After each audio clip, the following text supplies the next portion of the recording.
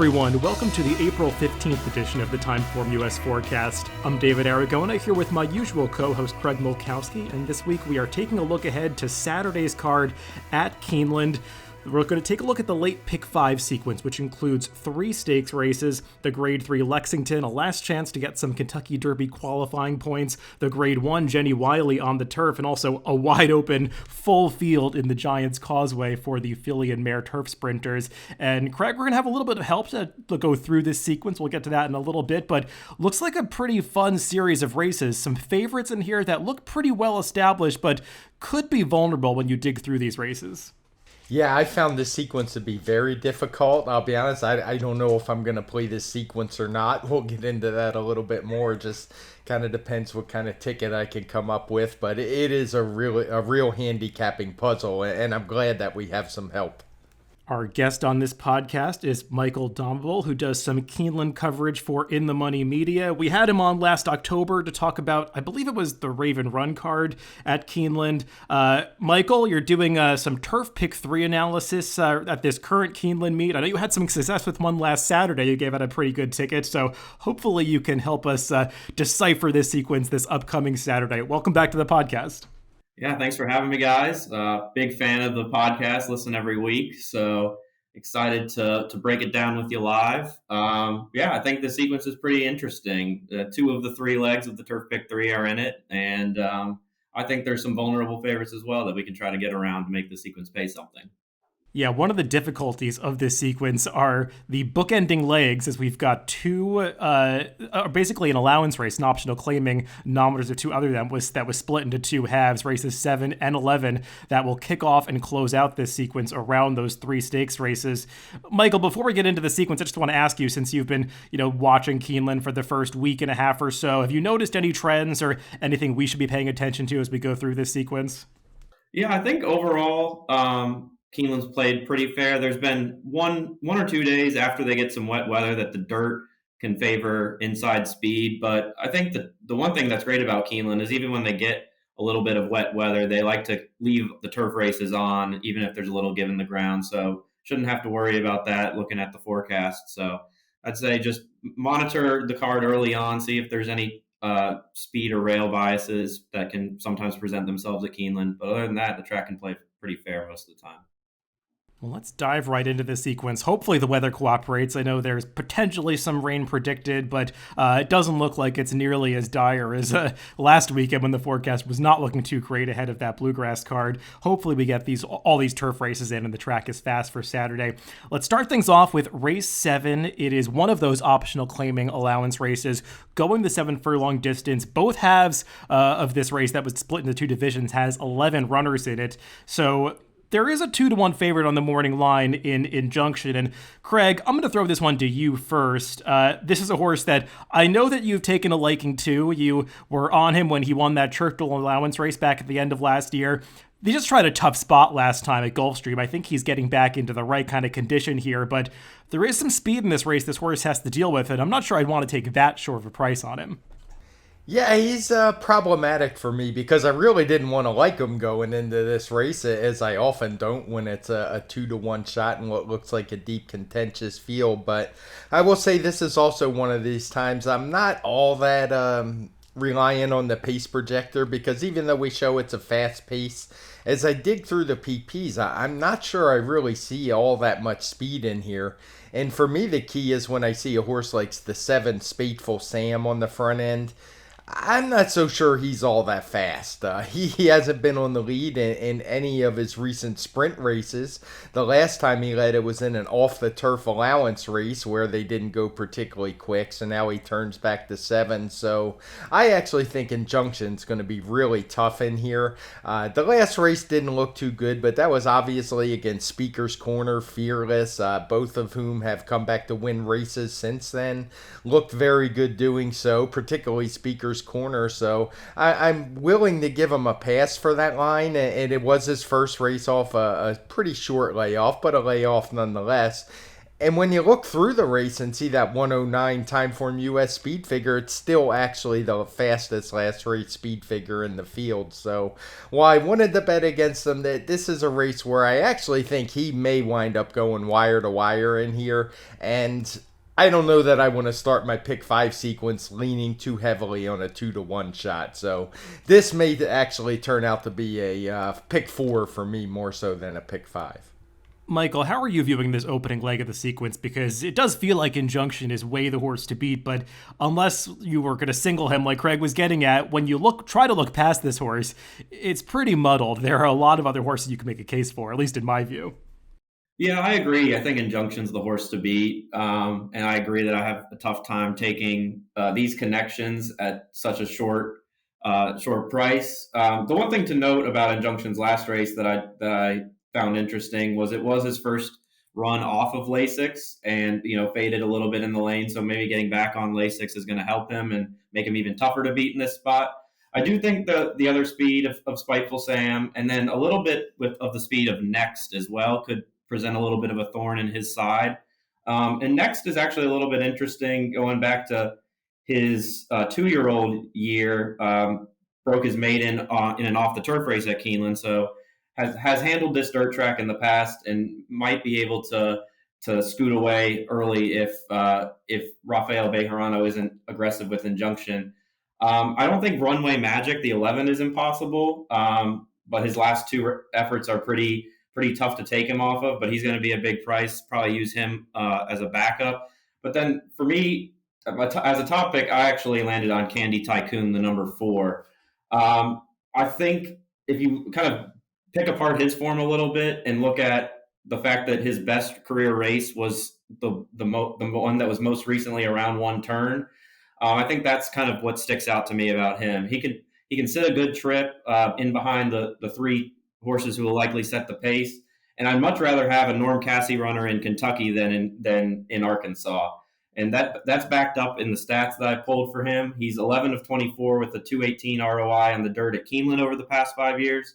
And he's also 30% with a 307 ROI on the dirt with layoffs of 61 to 180 days. So all roads kind of point into Candy Tycoon as the main alternative for me to Injunction, and I'll try to lean on him a little bit to kick this pick 5 sequence off. Yeah, Michael, we're kind of on the same page here. I also viewed Candy Tycoon as the main other alternative, and I would want to use him probably in equal strength to Injunction. Obviously, he'll offer much better value than that horse if this race is bet according to the morning line. And I completely agree with you about what you saw with Candy Tycoon. That last one-turn race, I think, makes him a major player here. I'd be a little bit concerned about his positioning on the TimeformUS pace projector back in about 6th or 7th place. I don't think he's got the sprint speed to go with those horses that are drawn towards the middle of the pack, but I'm not sure that I'm so concerned about that. He has passed horses at different points in his career. They haven't sprinted him in a very long time. I think it was just his first couple of races of his career at Saratoga that came over sprint distances, and since then they've just gone races at a mile or longer, mostly 2 turns. I actually like turnbacks for horses like this that haven't done it in a long time. I think it could work out, and as you were saying, I like those stats for Norm Cassie, and it just feels like something went wrong last time when he did not run well at Oaklawn Park. He didn't have a listed workout for about 7 or 8 weeks after that race, so it just seems like maybe there was a setback last time. That's the explanation for that poor effort. And if he can get back to any of his prior efforts since he was claimed by Norm Cassie, I think he's going to be pretty tough in this race. So I did like those 2 as well, but I think that there are others you can make a case for. I was trying to kind of get the number 3, the Ride of a Lifetime, into the mix. I like some of his races, even going back to his 2-year-old season or early last year, but he just never really took that step forward from a speed figure standpoint.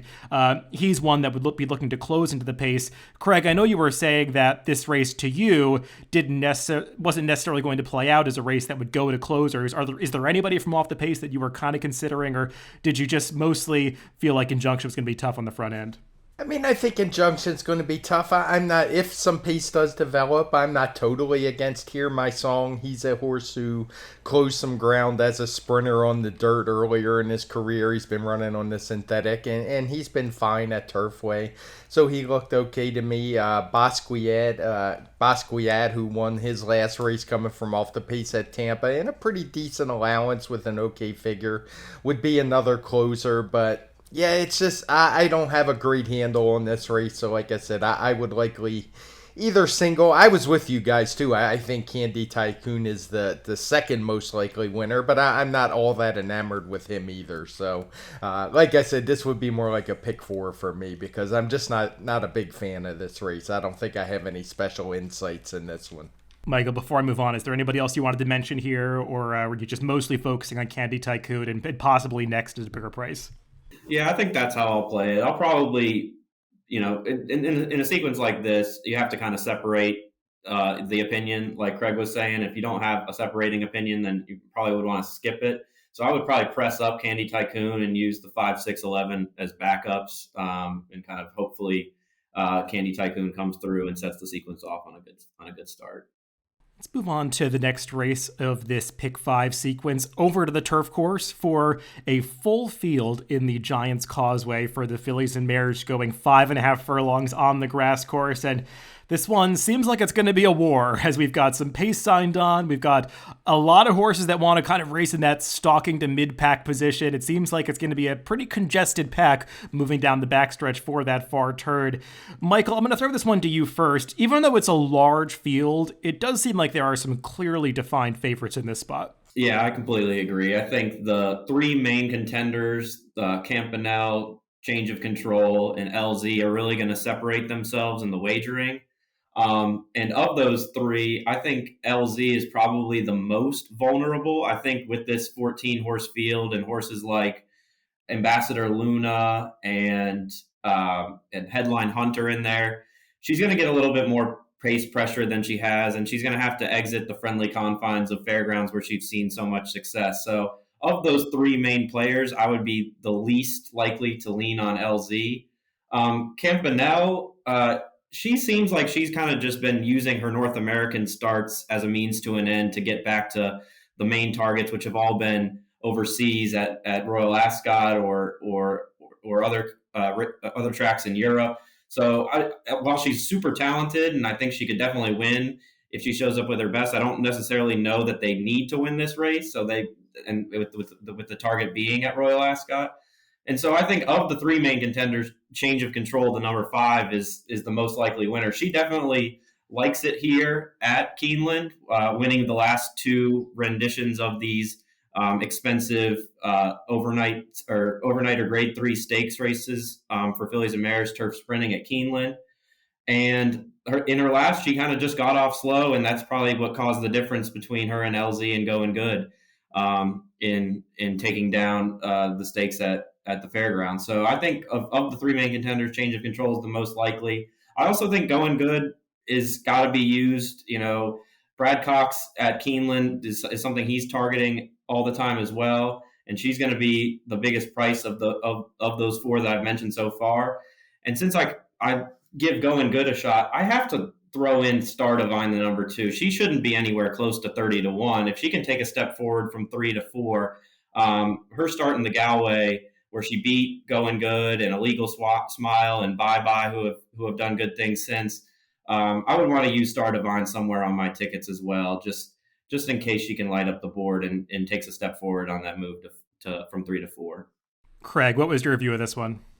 Yeah, the first thing I wanted to note, this race, it surprised me. It was for 3 and up. It almost seems like that was trying to entice Wesley Ward because he's the only one that would have any. But there's no 3-year-olds in here, and I think there's some good runners in here. I'm not quite as against Campanelle because Wesley Ward, we know he wants to win races at Keeneland.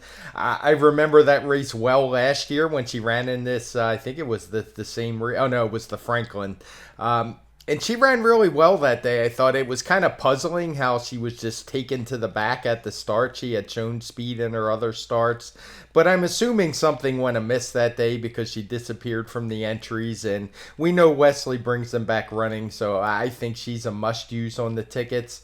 I also don't see a ton of speed in here, so I'm not totally against LZ. I think she'll be a strong contender. We have her up front on the pace projector, being challenged by a 30-1. Two are inside, so in Headline Hunter, so I don't view that one as too much of a threat. She could just sit outside her if that one really wants to go. A couple others I would use in here. I agree with Going Good, who Michael brought up. I think she ran a career best race last time, which isn't all that surprising for a 4-year-old first time, especially on turf. She ran a 114 speed figure, which fits really nice, so I will have her on my tickets. But I'm kind of going to go a little outside the box in my top pick, and that would be the 6 Jouster. She's just a horse who I think has probably wanted to sprint all along. I think Todd Pletcher's making a really good call with her. She kind of had that advantage as a 3-year-old. We see it often on turf where she had that speed and would just outrun everybody and be able to hang on. But that usually doesn't work so well as horses get older.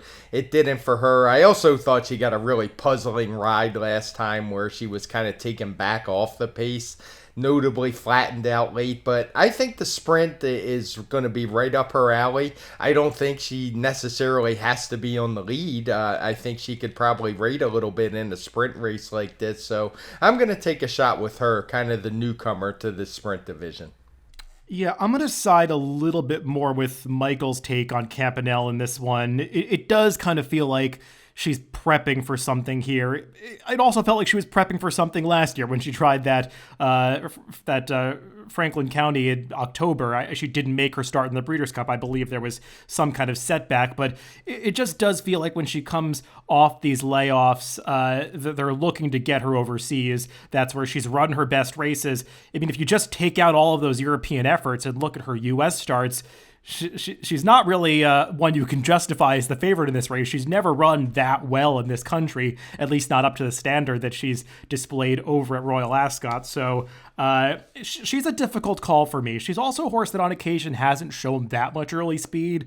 That was the case, as Craig was mentioning, last year in that race where they just took her way back over soft turf. So we'll see how IRAD decides to ride her in this race, but in a large 14-horse field, I'm not sure she's one that I'd want to rely on at a short price. This is a race where I would want some coverage. I agree with Michael's take on LZ and Change of Control.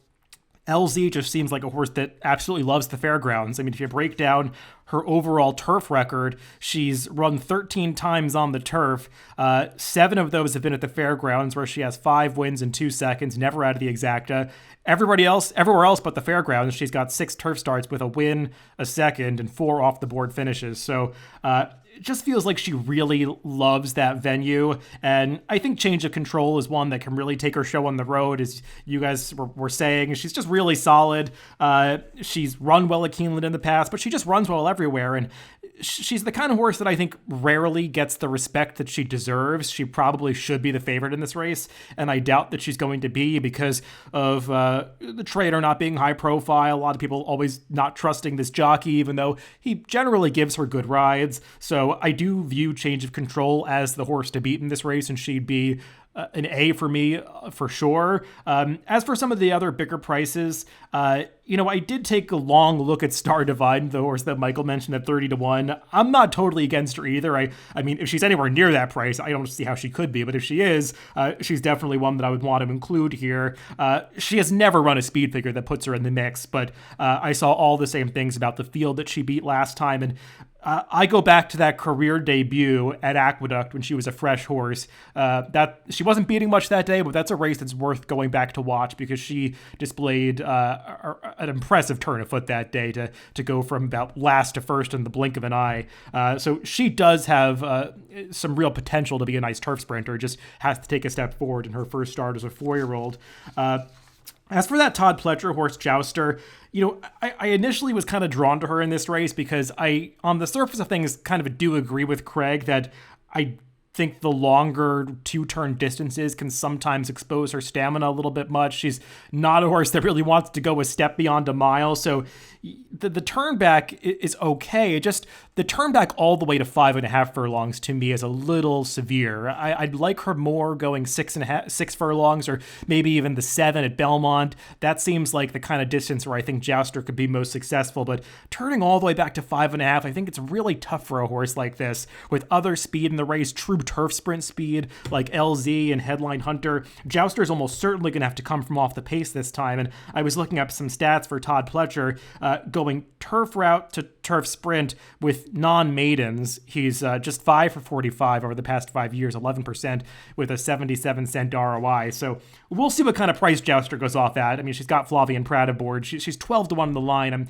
I mean, at that price, I'm not going to talk anybody off her. I mean, that would be value, but I feel like she's one that could get bet down a little bit. I'm actually a lot more interested in the other Todd Pletcher runner, the number 14, AG Indy. It's not an ideal post position to say the least, but there's a long run to that first turn, and she's a horse that's pretty versatile with regard to running style, and I just like her turf sprint form from late in 2021. That was going back to when she was in Doug O'Neill's barn, but I thought she ran pretty well in that stakes Breeders' Cup weekend at Del Mar, and Todd Pletcher just made one start with her since I assume she was a private purchase over the winter, and that came on the dirt and the inside information, and that might seem like a weird decision to run this turf horse on the dirt, but what that says to me is she must have been training really well into that race for Todd Pletcher to run her on the dirt. And I think it's actually a good sign that he ran her on the dirt. And watching some of her recent workouts at XBTV, it seems like she's continuing to do well into this race.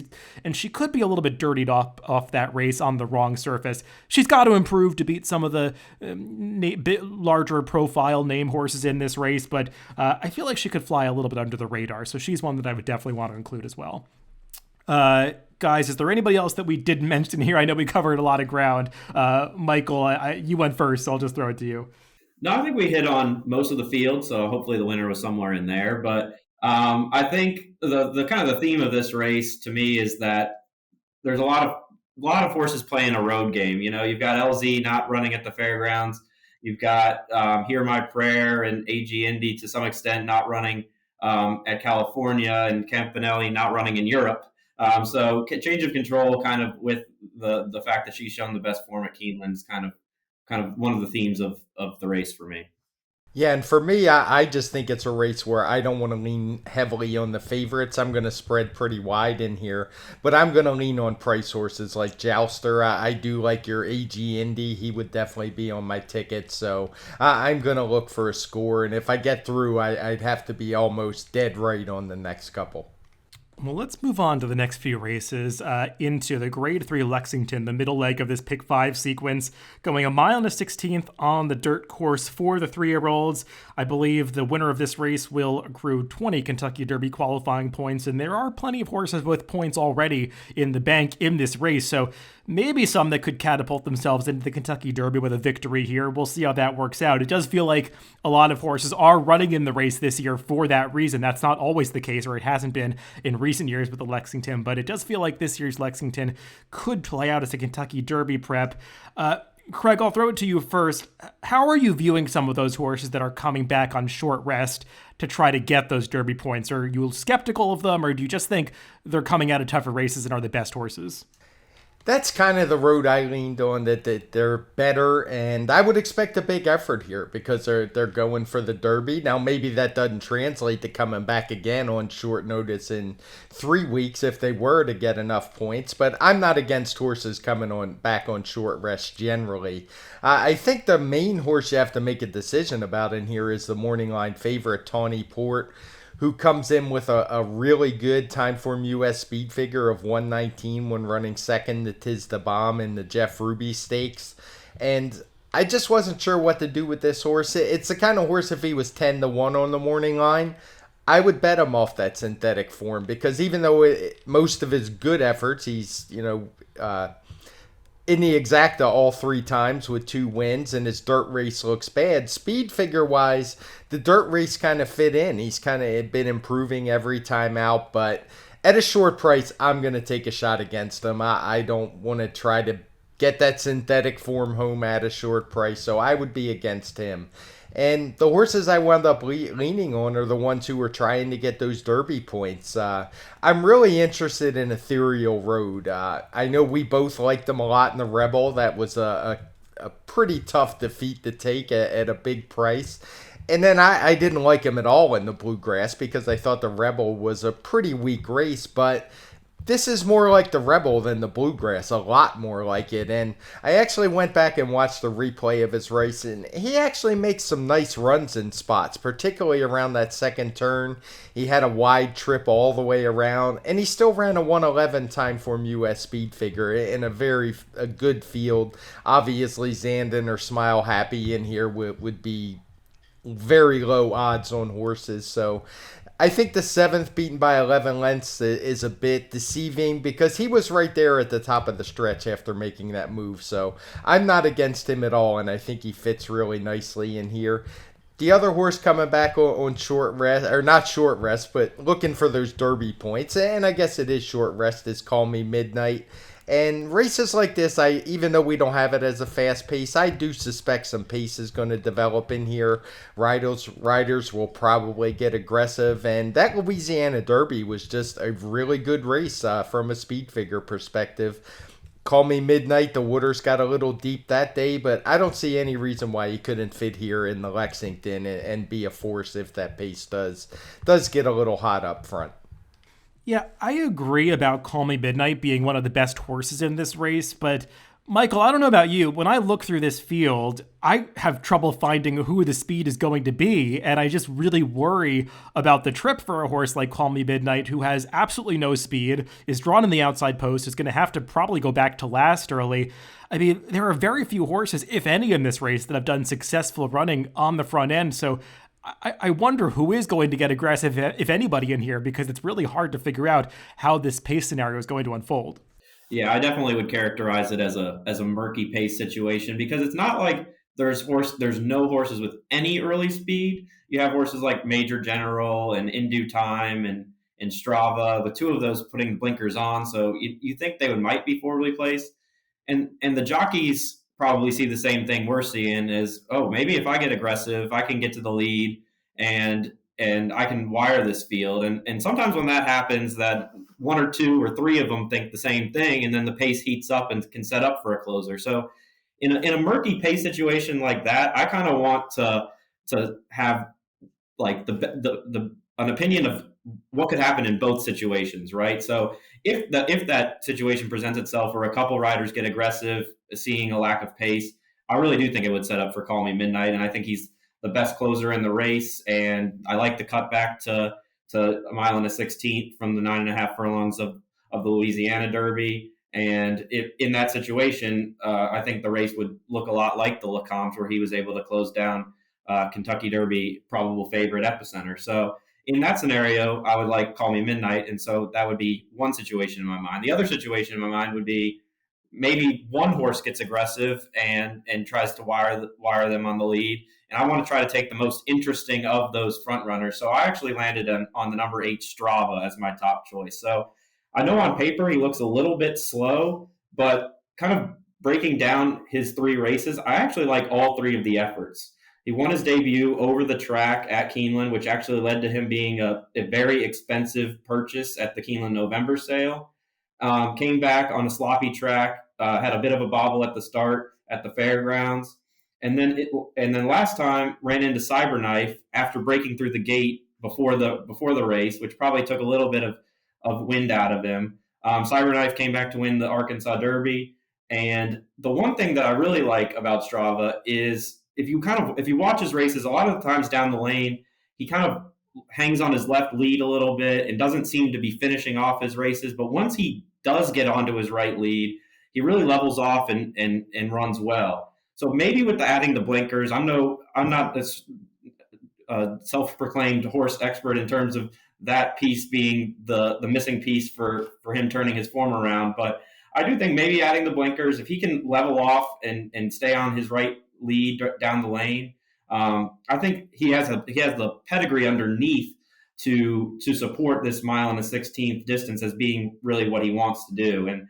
I can't get past how ironic it would be if a co-owner, Denny Crum, who was the head basketball coach of Louisville for quite some time, could get a big win in UK country. So I'll put Strava on top, but kind of splitting the pace scenario into two options and trying to take the best of each.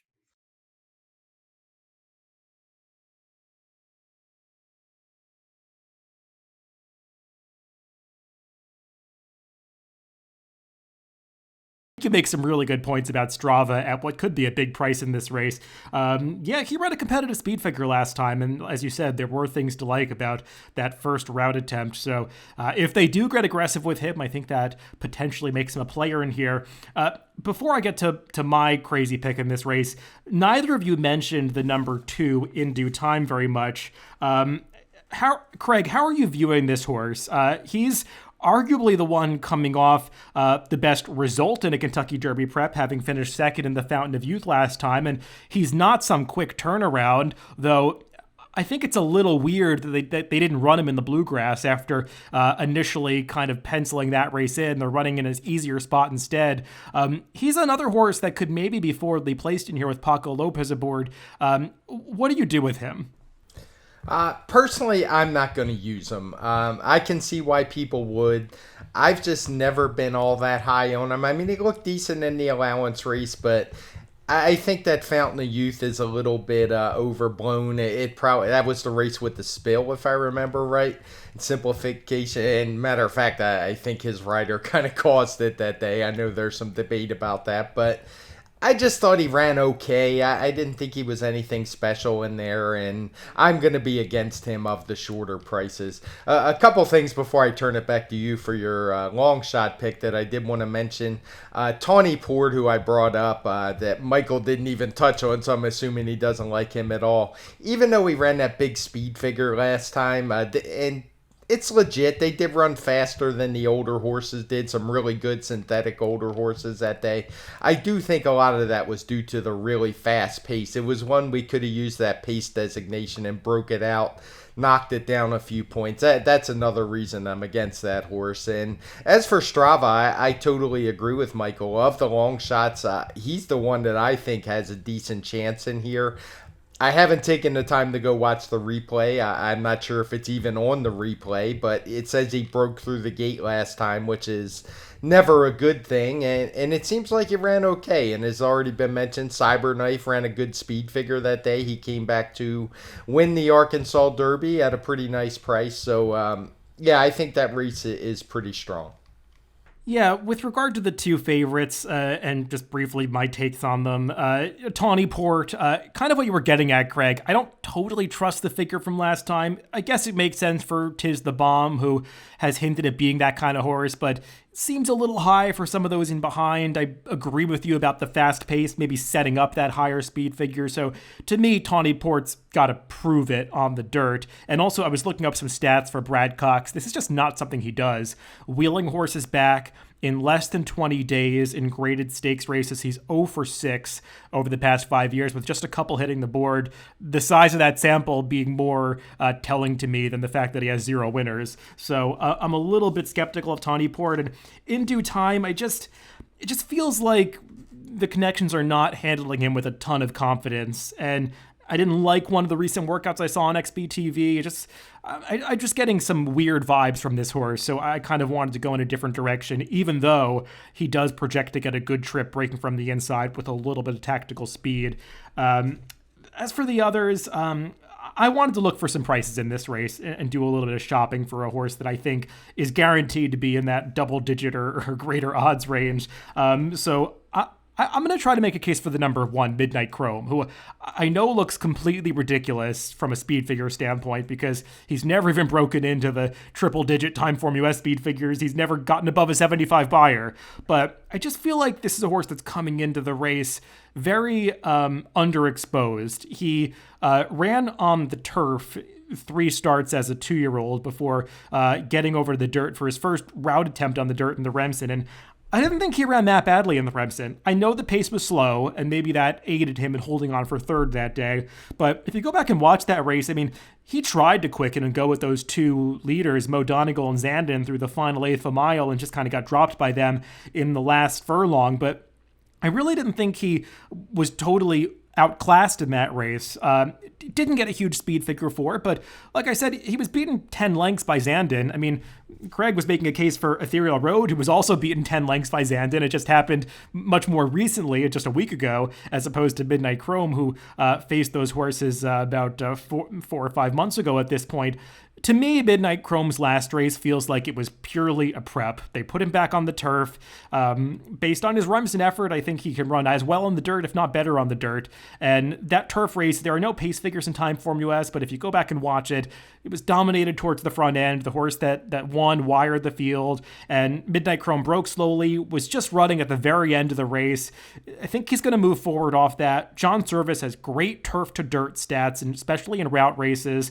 This horse is getting Jose Ortiz aboard. He's been successful using aggressive tactics in the past, so I wouldn't be surprised if he's one that gets really aggressive from the inside post and tries to secure that rail position.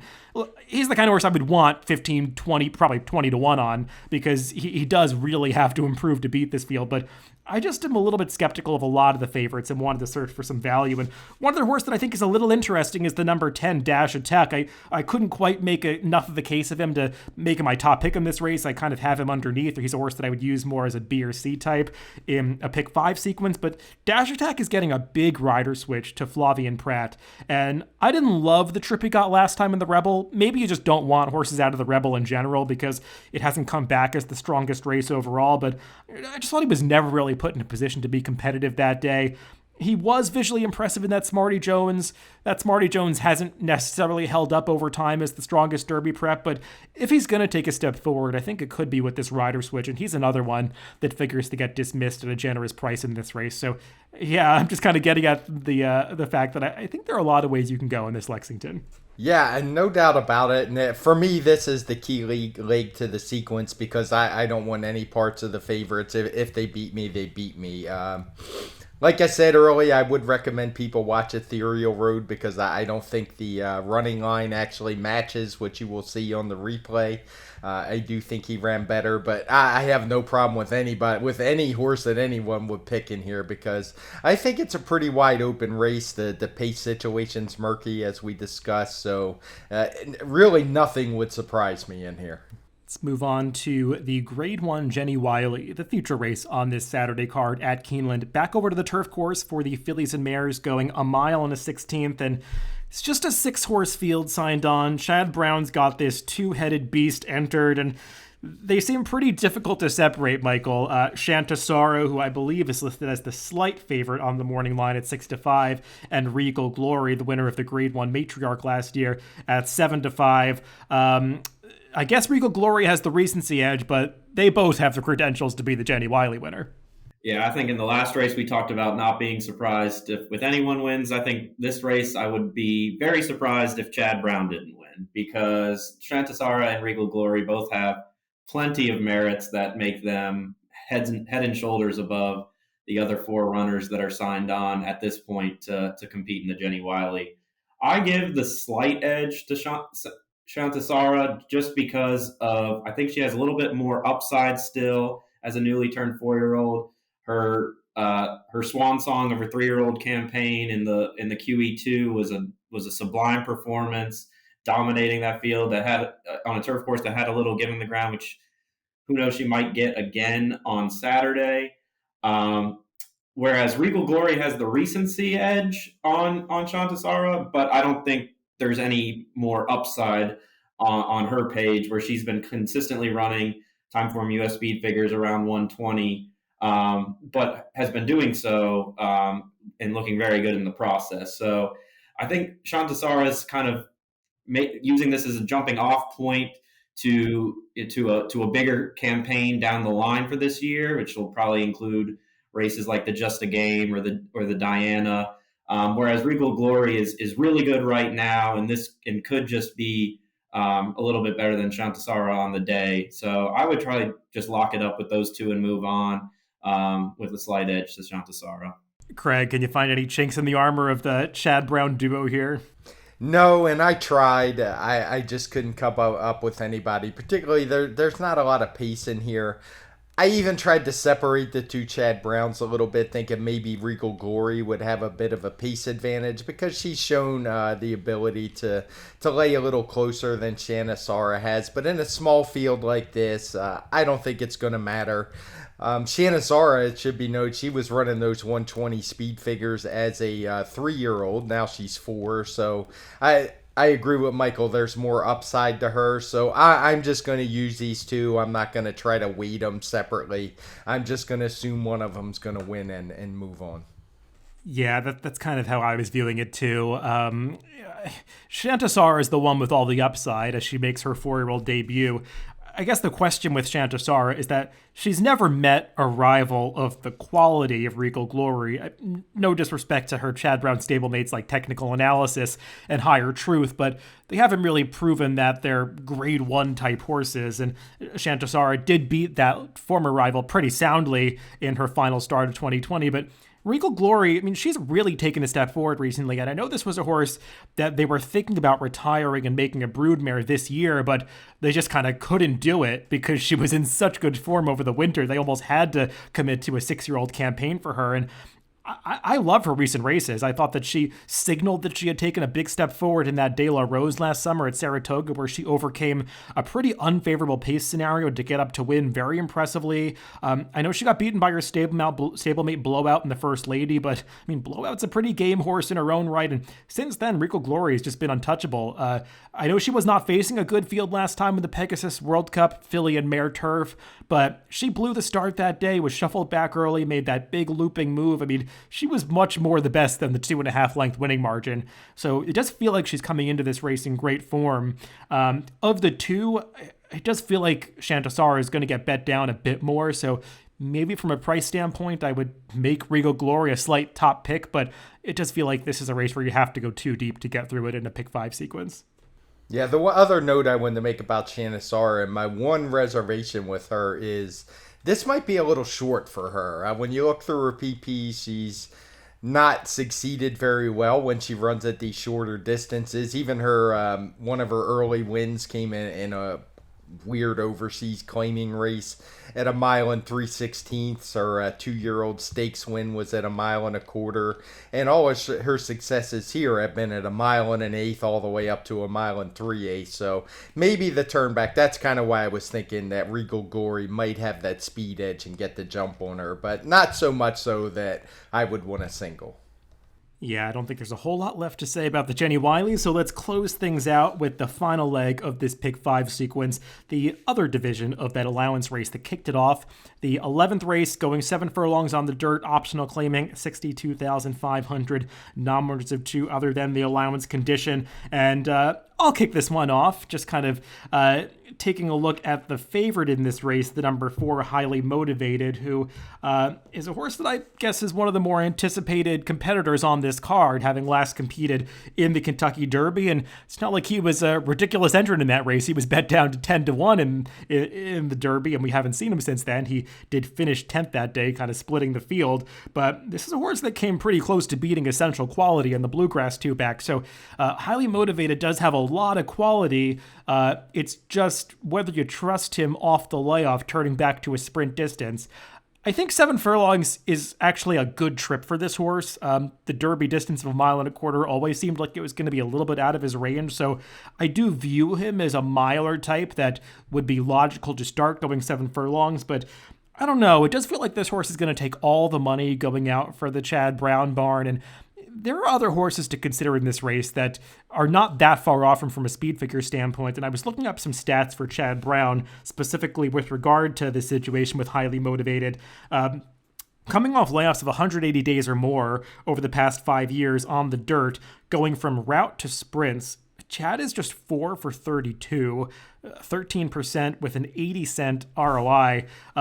It's hard to find stats that are that negative for Chad Brown, so I'm a little bit skeptical of Highly Motivated being ready and cranked up for a top effort in this race, and there are some good horses that he has to beat. I think the main rival is the number 8 Ducal.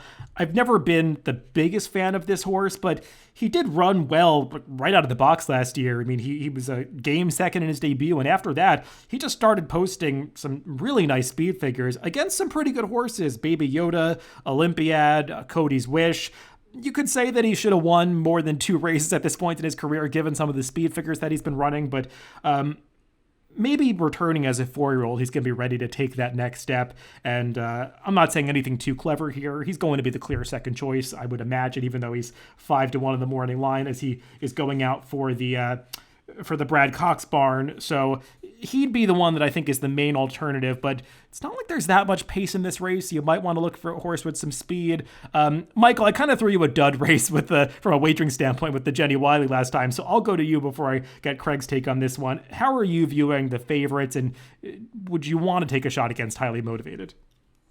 Yeah, I think this one, the theme of this race is I don't trust any of the favorites. Highly Motivated coming off the layoff. I think Ducali's a little dressed up, especially off of the win at Keeneland last year was a complete gift of a race to him, and I think he'll be nowhere near the 5-1 morning line. And then Escape Route, who's 3-1 on the morning line. I think this might be a case of owner picking the spot where he's got the same owners as In Due Time, and it's a syndicate partnership. So you would think that they kind of want to have the race day experience for their owners. And so Mark Glatt doesn't leave the comfy confines of California too often. And I think that he might have been, I don't know anything, but he might have been pressured into bringing Escape Route over this way to give the edge racing folks a bit of a thrill on the day. So I don't necessarily need him at a short price either. So I'm not too excited about it, but defaulted to the number 5 Soup and Sandwich, who showed some promise early in his 3-year-old year, finishing second in the Florida Derby, which, to be fair, has not been the most productive race. But his return at Gulfstream was better than it looks on paper. He had a bit of a bobble near the start of the race, and then made a big bid around the turn, a wide around the turn to finish 4th, beating Prevalence in the process. Couldn't get to that promising Godolphin runner in his last start, but I think 7 furlongs is the right distance for him. And, with the fact that I wasn't too keen on any of the shorter prices, I kind of landed on Soup and Sandwich. But this is a tough race, and I'm interested to get Craig's opinion as well.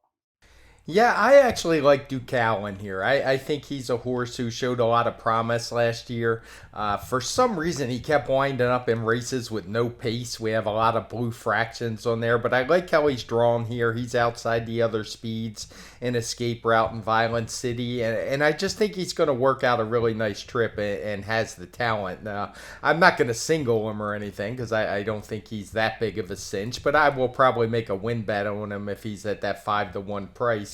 A couple others I'm going to use in here. I actually do like Chocolate Bar a little bit. I think he's in career best form.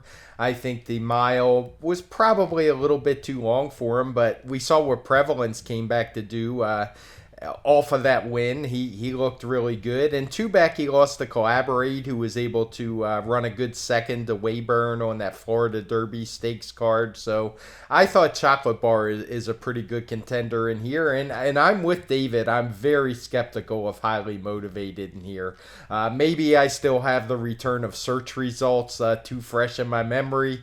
She came back in a similar spot off of a layoff coming. She had a good year last year, but she just didn't show up. And not that he's a totally different horse, but it's a similar situation, and it just doesn't seem like the greatest spot to me for him. So I'm not going to use Highly Motivated.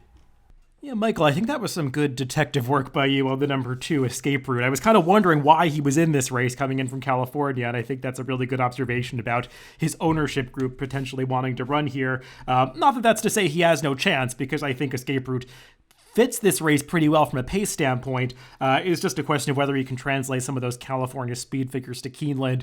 Often easier said than done. We'll see how he fares in this spot, but I do kind of agree about the prices maybe on the second and third choices on the morning line, potentially flip-flopping with Ducal being a shorter price and maybe Escape Route being the one that drifts up a little bit to the 5 or 6 to 1 range. I could see that occurring. So maybe that makes you like him a little bit more.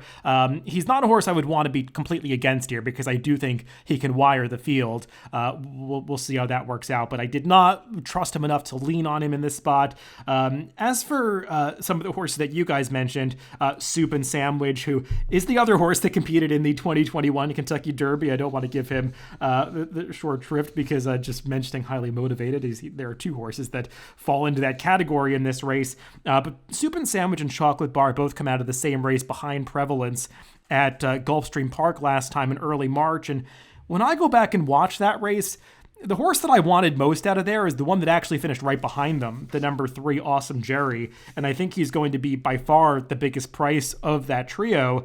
Now, I know that he's got some prior races that might make you say he doesn't have as much upside as the others. He's going to be making the 16th start in his career. Not many of his speed figures really call him out as a major player in this race, but going back to watch that last race off his 4-year-old debut, he was a little bit more forward than the running line might indicate, moving down the backstretch, got kind of shuffled out of position about 5/8 of a mile from home, wound up a little further back than I think Paco Lopez wanted him, and he launched a nice move around the far turn into the stretch, and I thought was closing best of all at the end. I know the running line makes it look like he was losing ground at the end of that race. I think the chart call, maybe at the stretch call, is a little bit inaccurate. He was actually running on best of all of those second, third, fourth place finishers across the wire, and we'll see what he does turning back to the 7. I don't mind the distance for him. He obviously has to take a big step forward to beat this field, and some others have to not show up, but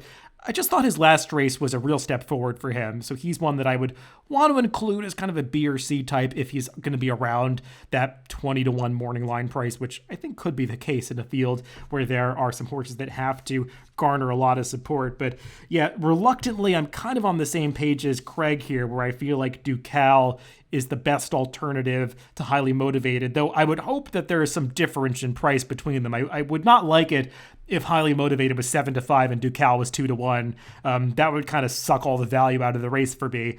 But if Ducal goes off somewhere in the 3 to 1 range, that would be fair enough for me to close out the sequence leaning on him a little bit. Yeah, I can see that. I assume Highly Motivated's going to get bet really heavy with Flavien Prat, Chad Brown.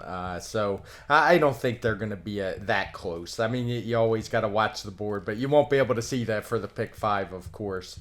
I do want to mention, I do think that Florida race was strong, and I'm totally with you on Awesome Jerry.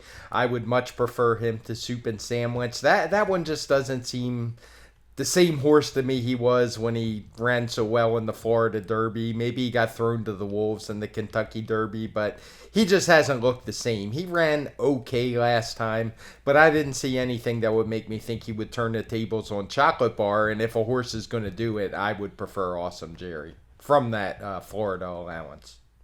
Well, let's wrap up this sequence and talk about how we might play it, if that's going to be the case. Michael, I'll go to you first. How would you be looking at potentially constructing this ticket? Yeah, I think I would kick it off with trying to lean on Candy Tycoon, but not being completely knocked out if Injunction takes the first leg of the sequence, and then probably also using a little bit of the 5 next and the 11 Runway Magic. In the Giants Causeway, I would try to get a little bit of a price home with either Going Good or Star Divine, as like using them in if one of those two comes home, I want to be alive in the sequence no matter what. And then probably the main use would also be Change of Control with Campanelle and LZ as distant backups. And then in the Lexington, I'm going to elevate kind of the best pace horse and the best closer, in my opinion, which would be the 8 Strava and the 11 Call Me Midnight. And then probably using, in respect to you guys, Midnight Chrome and Ethereal Road as backups, trying to get past Tawny Port and in due time in that race. The Lexington historically has produced some pretty chaotic results, so I think we're all hoping that that's the case again this year. Then taking the free Chad Brown square, and moving on in race 10 to Jenny Wiley with the number 3 Shantasara and the number 4 Regal Glory. And then to close it out, I'll probably use Soup and Sandwich and Ducali as A's, and then Highly Motivated, and then mess around with either Chocolate Bar or Awesome Jerry if the ticket cost is respectable. But that's kind of how I think about it.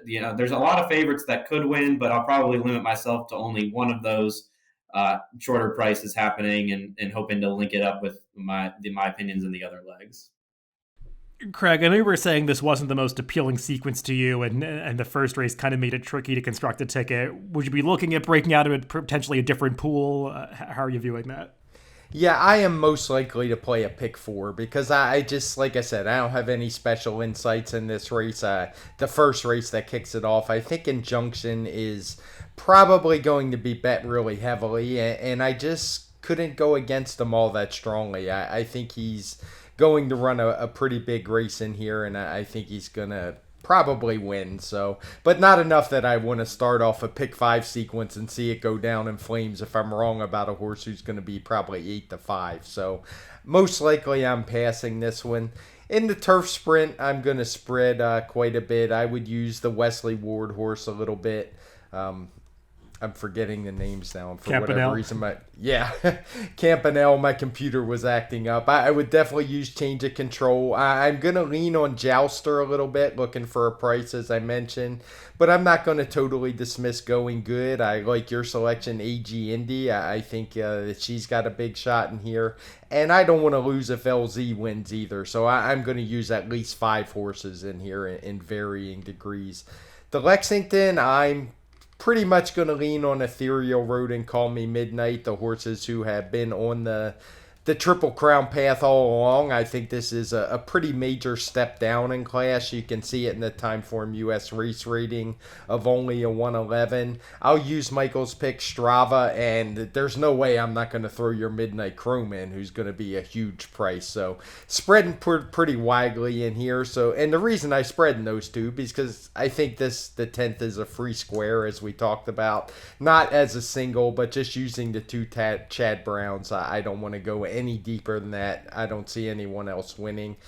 And then we talked about the last race. I think the Florida race was strong, so I'm using a couple from there, and Chocolate Bar and your price horse, Awesome Jerry. But I also think Ducal is really good, and I'm going to use him as well. Yeah, I feel like we're all kind of variations on a theme here. I do view the first race as one where I can potentially get a little bit of value with Candy Tycoon. I'm not totally against Injunction. I would probably use them in equal strength and maybe as C's, so bigger prices as horses like The Ride of a Lifetime, Hear My Song, and Michael never has to push me too hard to use a horse like the number 11 Runway Magic, one that I've liked a little bit in the past, but he'll be a price in the race. In the 8th race, I would go a little bit against Campanelle, probably downgrade her to a B in an ABC structure and focus more on the number 5 Change of Control and the number 14 AG Indy, who hoping to get in there at a bit of a price. Star Divine, a long shot that I could also throw into the mix. And I'll see how the ticket plays out from a price standpoint if I want to include LZ, but she's kind of the short price that I would want to be a little bit against. I would include Campanelle over her. In the Lexington, just kind of looking for some prices. Midnight Chrome is the one that I'm most interested in, but he's not the kind of horse I'd want to lean on in a pick 5 sequence. This is a wide open race. I'm not completely against In Due Time. I think he makes a lot of sense.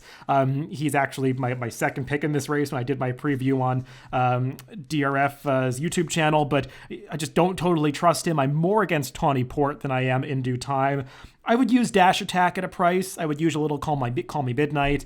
And I think Michael made some good points about Strava and Craig Ethereal Road as well. So I have to see how much I can afford in this Lexington. But as Michael was saying, it does feel like this is a race year after year that can produce some chaotic results because it seems like a lot of connections are participating in this race with some wide-ranging goals, some of them looking for those quick returns to get into the Kentucky Derby field.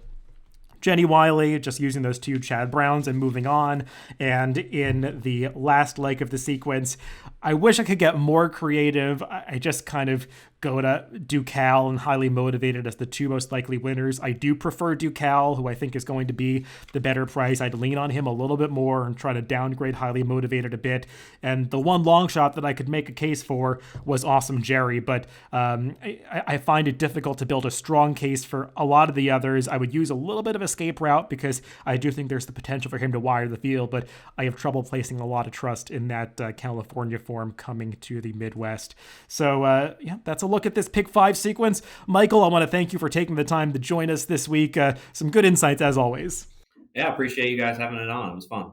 Craig, we will, of course, be back next week to recap these races on the TimeformUS Pacecast, along with all the other stakes racing happening around the country. Remember that you can always catch these podcasts on DRF.com, Apple Podcasts, Spotify, and YouTube, wherever you get your podcasts. Just make sure to subscribe to the Daily Racing Form channel. Thanks for listening this week, and make sure to tune into that TimeformUS Pacecast next Tuesday.